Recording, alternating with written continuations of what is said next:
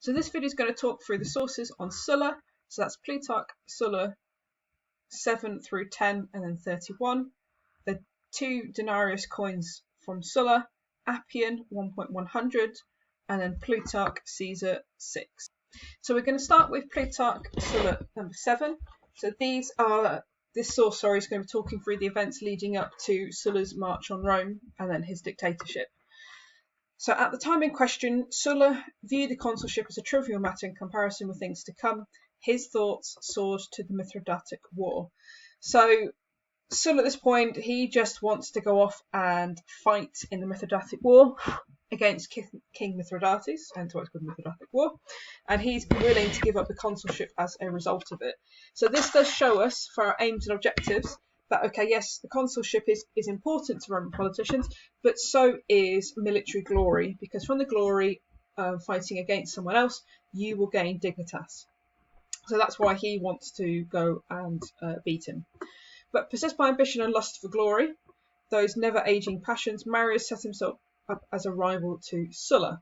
So Marius, his rival, has the same idea. He wants this glory too, so he wants to go and fight Mithridates instead. However, Marius was now overweight, and in recent campaigns given up service on Adrian's account. Yet Marius had set his heart upon foreign wars beyond the seas. So there is this issue that he really, really wants this particular command. Now, you're going to notice here that I've not highlighted much in this particular source. There is a reason for this, I'll talk about in a second. So Sulla sets out for his camp on unfinished business. He's going off to Mithridates. Marius stays at home and nurtures the fatal feud, which did Rome more harm than all the wars had done. All her wars together had done. So there's going to be a fight between these two. There's going to be a civil war as a result of this rivalry. And it's not just over Mithridates, it's over lots of different issues. So this next section of Plutarch is basically talking through a whole load of omens that are seen in Rome at the time. Now, because Plutarch has got this religious background, he was a priest, he does really enjoy writing about different omens that appear, as sort of showing, well, clearly this war was going to happen because all these horrible things happened. So I've not highlighted them, but I'll talk you through the highlights. So we've got kind of like flames breaking out on the military standards. We've got a raven who eats their young, which is a bit gross. Some mice eat some gold. And then the same mouse was trapped and it gave birth to some baby mice and ate them. And then there's like a sound of a trumpet from a clear sky. It's all a load of absolute rubbish, but it does kind of point out this kind of issue with using Plutarch in any particular way, to be honest. And then he's going, this is all just about religion and divination. So to be completely honest, it is not relevant. And again, there's another omen down here that a sparrow comes in with a grasshopper and he eats half the grasshopper, and who cares about grasshoppers? But supposedly it's a big omen. Anyway, we're going to skip over that and get back to the point. So Marius now made an alliance with Sulpicius, who was a tribune of the people, so it shows the importance of friendships and alliances. And this particular guy here is full of consummate villainy, second to none, so he's really evil. He displays lots of wickedness, and he was selling off people, and he has lots of bodyguards. You can notice I've not again highlighted any of this because it's not particularly relevant. But either way, he's a bad guy, and that's why Plutarch doesn't like him. And this is a man now let loose upon the people by Marius. So he's going to be a bad guy, and he's awful. So after throwing everything into chaos through force and sword, he proposed certain vicious laws, particularly one offering Marius command of the Mithridatic War. So Marius is basically using this guy to get the command of the Mithridatic War because he wants the glory. And to prevent voting on these, consuls decreed suspension of public business. So the consuls are trying to stop this kind of power coup being launched by Marius, but then this guy attacks him with a mob. So we've got mob violence, which is obviously really bad because consuls are protected by law. And there's lots of death. People cut down large numbers in the forum. It's absolutely awful. Where are we? So I'm just reading all the way through. Oh, sorry. So he's just so Sulla is forced to come out and rescind the decree, suspending public business because he needs to get his command.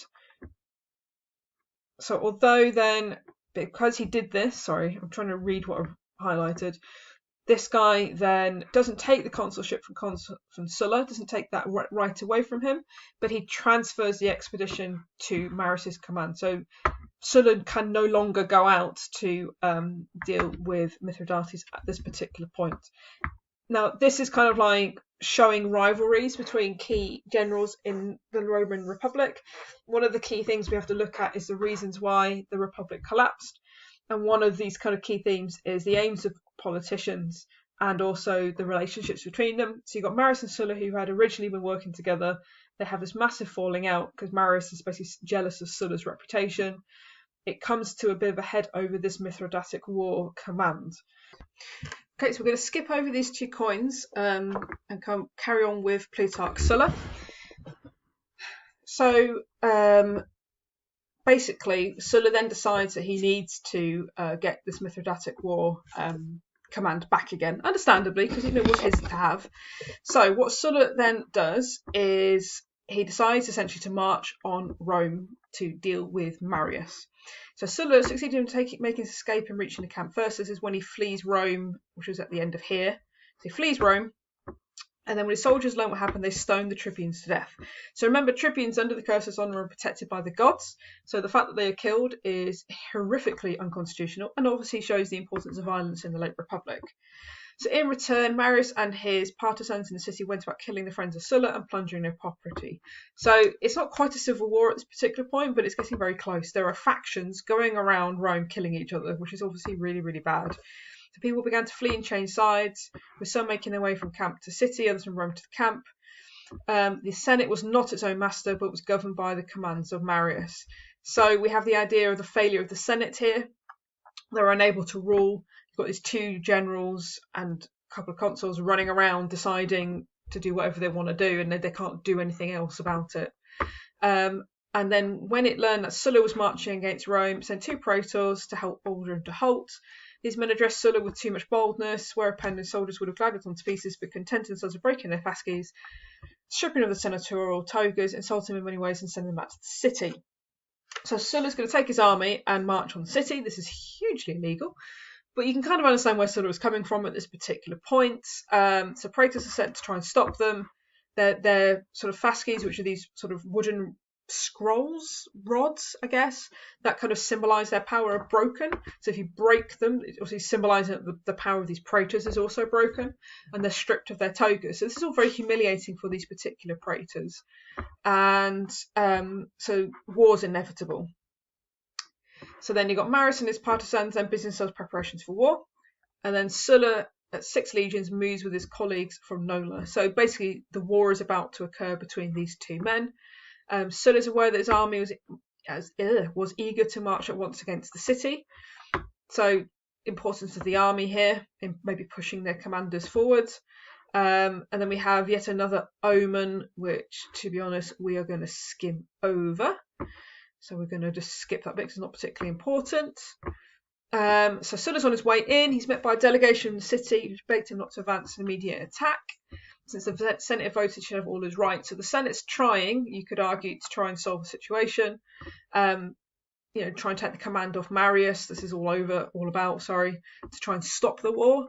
So he decides to encamp there, ordered his officers to measure out the ground as usual for the camp.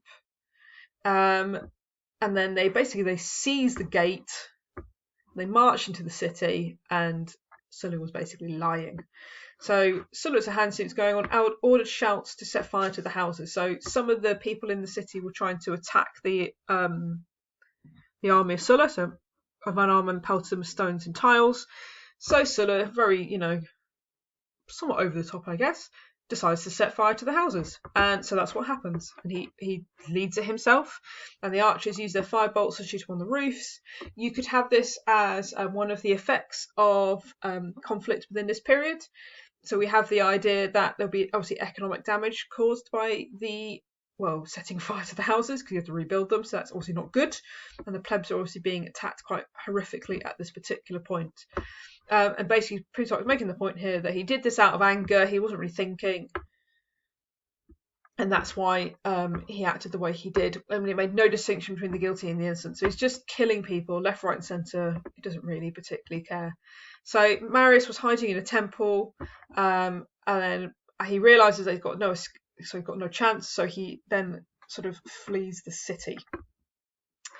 So Sulla now calls together the Senate and passes a death sentence on Marius and a few others, including also this guy who's been an absolute pain in the backside.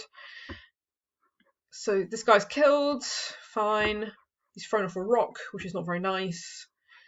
Sets a price for the head of Marius. Sorry, I'm skimming it, but there's lots of things in here that you don't have to really worry about too much. And then, what we do have is Sulla becoming quite unpopular. So he won the secret dislike of the Senate, but the people's hatred and indignation was made clear by their actions. So the Senate doesn't like him, people don't like him, no one likes Sulla. I'm sure his wife did, but no one else seems to. And to show their dislike, they basically elect people who he didn't want to be elected.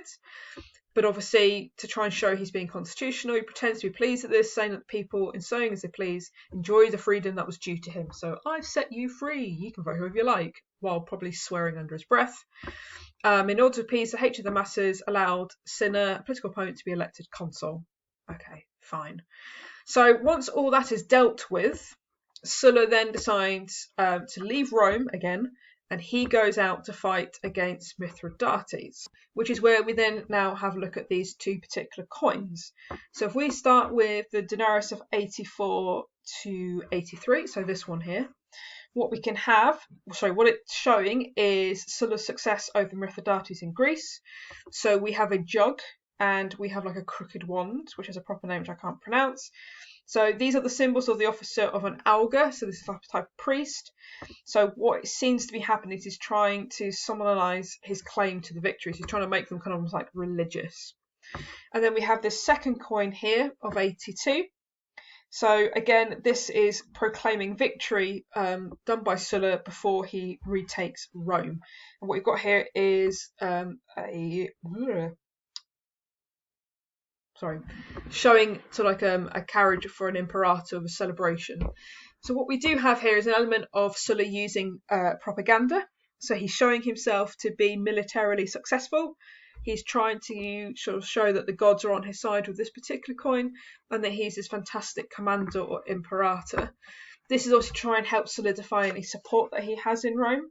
Not that he particularly has much support in Rome, because, remember, he burned it all down. However, at this point, after Mithridates, he comes back into Rome, scroll all the way back down here, and he proclaims himself dictator. And he's doing this basically to secure his own position. And then we have a particularly brilliant section of Plutarch and a bit of Appian. So the first sentence is going to be a quote you will probably use in every essay you ever write using Sulla. So Sulla now busied himself with slaughter and filled the city with more murders than anybody could count. So this is horrific. He's going around killing lots of people, but the methods he used is a little bit different. Not like the physical method of killing someone, but the way he sort of organised it. So people are also really unhappy about all of this going on. So in the Senate, here we go, someone decides to stand up and sort of question all of this. We do not ask you, he said, to free from punishment those who decided to kill, but to free from suspense those who you wish to decided to save. So, just kind of tell us who you're planning to kill. Sulla says, yeah, I'll tell you. However, what actually ends up happening is Sulla does this. So Sulla at once prescribed 80 men without communicating with any magistrate. So prescriptions, remember, is that list. We don't necessarily remember, you may not have done this in lesson, sorry. Is a list of names of people who are who are to be killed. So they're sort of stripped of their citizenship, and it becomes the legal obligation of any person in Rome to kill this particular person. So he prescribes 80 people without telling anybody. So he's complete dictatorship here. He is running everything himself. A day later, he prescribes another 220. Then on the next day, another 220. So he is literally killing hundreds of people, all from a list. He also prescribed anyone who sheltered or saved a prescribed person, making death the punishment for such a kindness. So you can't even go and hide with someone. You're going to be killed. You'll kill anybody who helped anybody else. And he even says in a speech, we go back a bit, he said, prescribing those who came to mind, those who now escaped his memory who prescribe at a later date. So these lists are not the end of it. There's going to be other people, and there's nothing anybody can do about it. So everybody is sort of covered. Sulla offers anyone who killed a prescribed person 2 talents as a reward. So financially, it paid to kill these people. Even if it's a slave or whoever, it doesn't matter. He is going to you get that money for killing somebody. So funnily enough, the plebs, not just the plebs, but the plebs were quite willing to do this because it gives them a decent amount of money. So we can use that as an evidence to show how you gain support of the people, sort of essentially through bribery, but also through death. So not only does he kill these people, he then takes away the civil rights from the sons and grandsons of those being prescribed and confiscates all their property. So they're basically losing their citizenship rights, which is going to be a huge issue later on. It basically creates a generation of people who have no ability to become a politician or have a law career or do anything. They're stripped of everything, and they're going to have massive issues. This is going to be an issue in about 20 years in the late Republic. So prescriptions are made in Rome, but every city in Italy.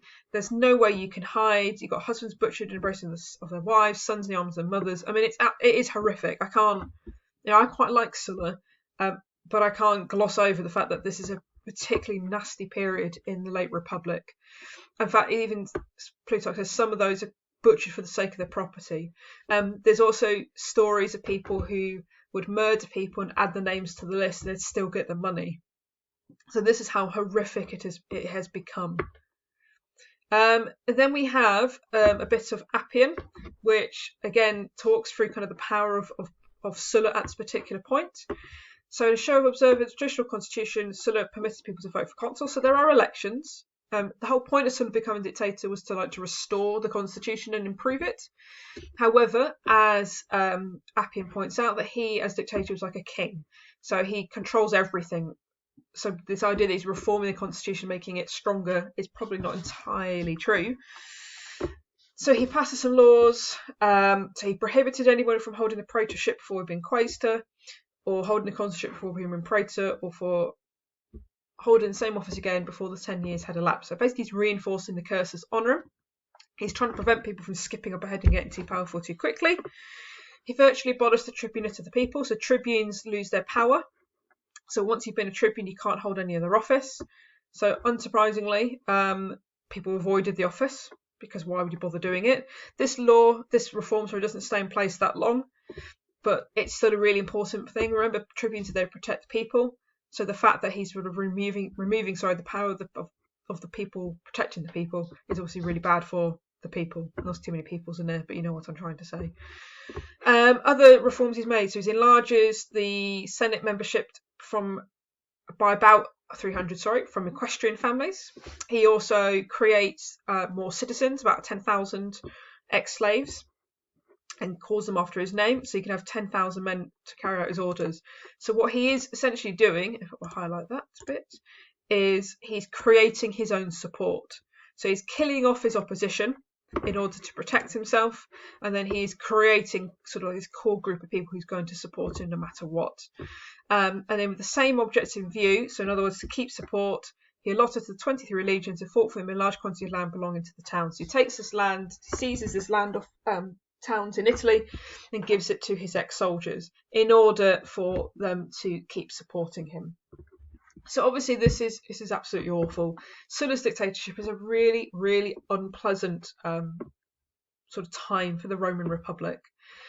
So this Plutarch Caesar section, which is the last source in this video, is talking about the time that comes after. So it's kind of like the end result, and it's talking about the issue with factions more than anything else. So we've got two parties in Rome, that one of Sulla, which in his time had been really powerful, and then you got the other one of Marius. So Sulla is an optimate, and Marius was a populare. So we've got anything we're going to highlight, which isn't a huge amount here, is to do with these two factions. And what we basically have is the faction of Marius, so the populares, is in a very low state, numbers are scattered, and they're too afraid to raise their heads. Because obviously what Sulla has done during his dictatorship is essentially kill off his opposition, which would have been Marius and his supporters, so the populares. So the faction of the populares is weak. However, it's this party which Caesar wishes to revive and make his own.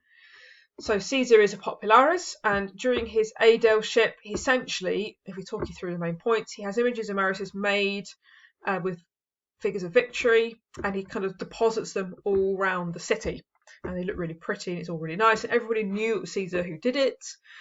Everybody comes together to see the site, and some people see it as a sign that Caesar was aiming at securing supreme power in the state for himself.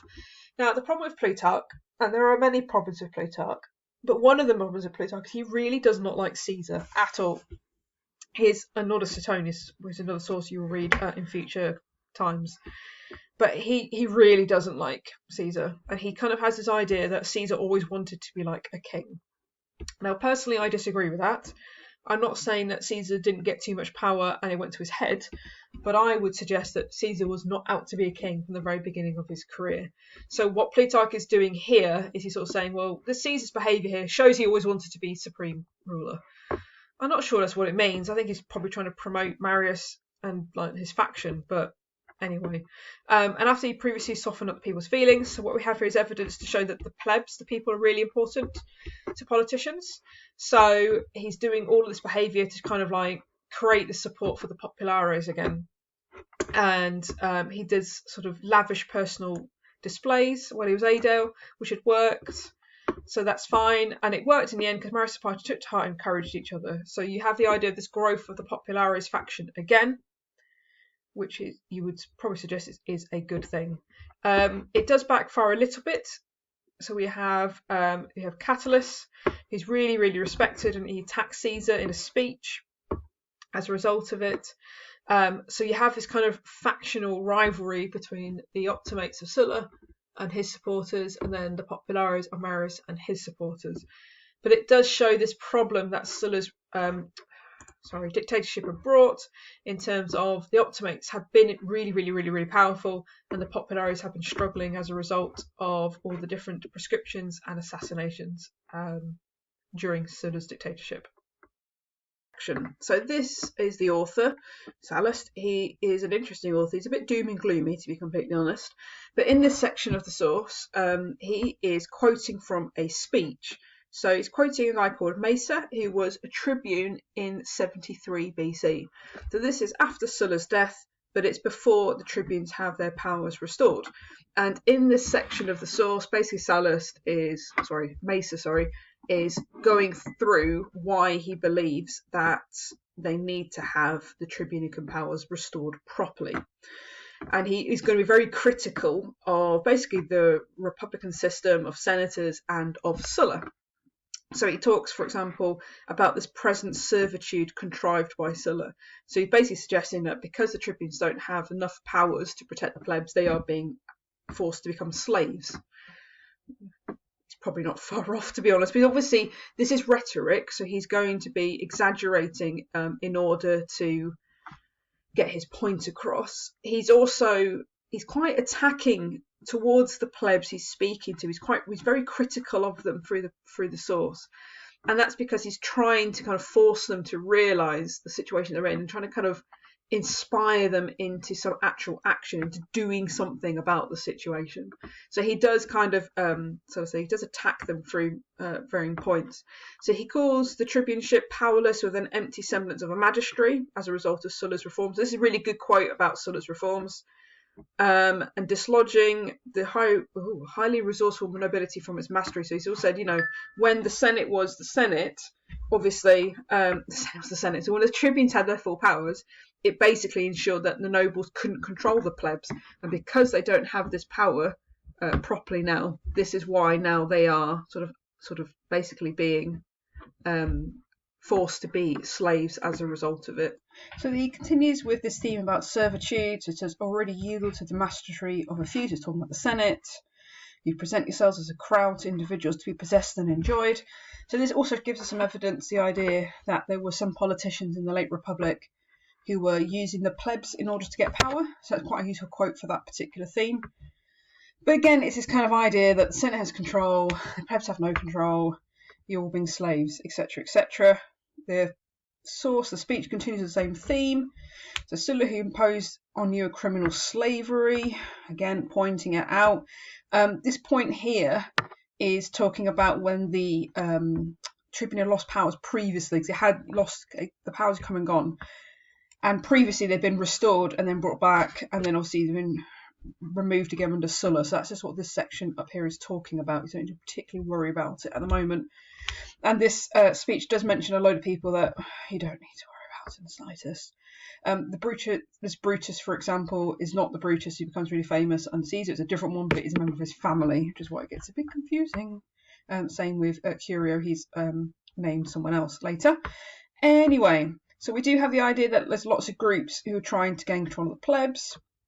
And he's sort of saying, this is the situation you're in, and you're sort of calling slavery tranquility. So yes, we have peace in the Republic, everything seems all right, but actually it just means you're being slaves and you're mistaking peace for freedom, which is an interesting political argument, I guess, is still used today. And then we have a section here, you can see there's a lot more relevant information for us. So he is aiming for the tribunicum power to be restored because it means you're free from patricians' influence and that all power lies with you, the plebs. Okay, fair enough. It's, are you waiting for like the gods to tell you what to do? And in fact, by just kind of allowing the situation to be, so the great commands, constant decrees of the fathers always means the Senate. You are ratifying them, and of your own accord, you are hurrying to abet and aid their license in regard to you. So by doing nothing, by just kind of allowing and passing the laws in the People's Assembly, you're allowing this kind of horrible situation to continue. And it's basically sort of saying it's your fault. Yes, Sulla removed the powers, but the plebs have done nothing about it since, haven't been campaigning for any changes. And this is the situation that you have now found yourself in. And he's also saying that part of the reason why they're allowing us to continue is because they've been given some grain law. So there's been a new, obviously under Sulla, the grain law had been suspended. So the grain dole was no longer being given out to the poorest plebs. And some of the grain law was then restored after Sulla resigned from being dictator. And they're given 5 measures. I think it's a week from memory. I might be slightly wrong on that. And he's also saying, okay, so the compensation for the fact that you're just allowing the Senate and the patricians to control you is the fact you get this measure of grain. But he says, of course, there's no more than the sustenance in a prison. So you're not getting any more than prisoners would normally get when they're locked up. So he's making that analogy that they're basically under the control, that they're slaves. They're not being treated any better than prisoners. And yes, the grain dole's keeping you happy, but it shouldn't be keeping you happy because it's pretty difficult.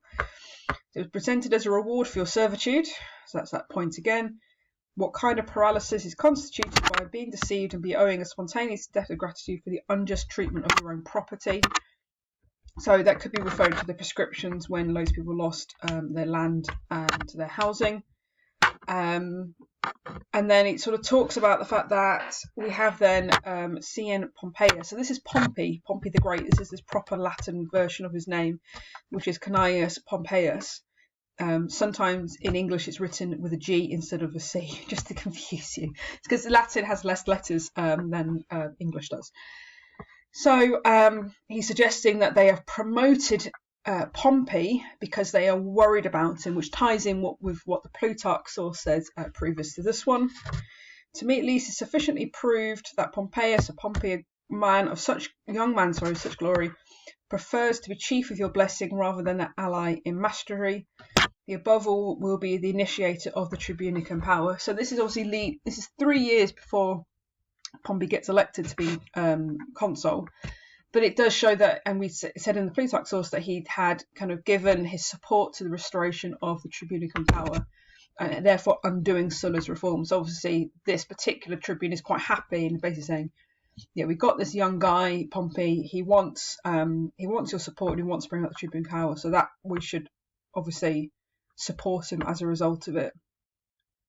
And then he finishes his speech with another kind of dig at the inaction of the plebs. So the plebs, whatever happens, are like the conquered and will be more so every day, unless you do something about it. So like I said, it's a speech that obviously attacks the Senate, but it's primarily targeted at attacking the plebs and their inaction in their own situation.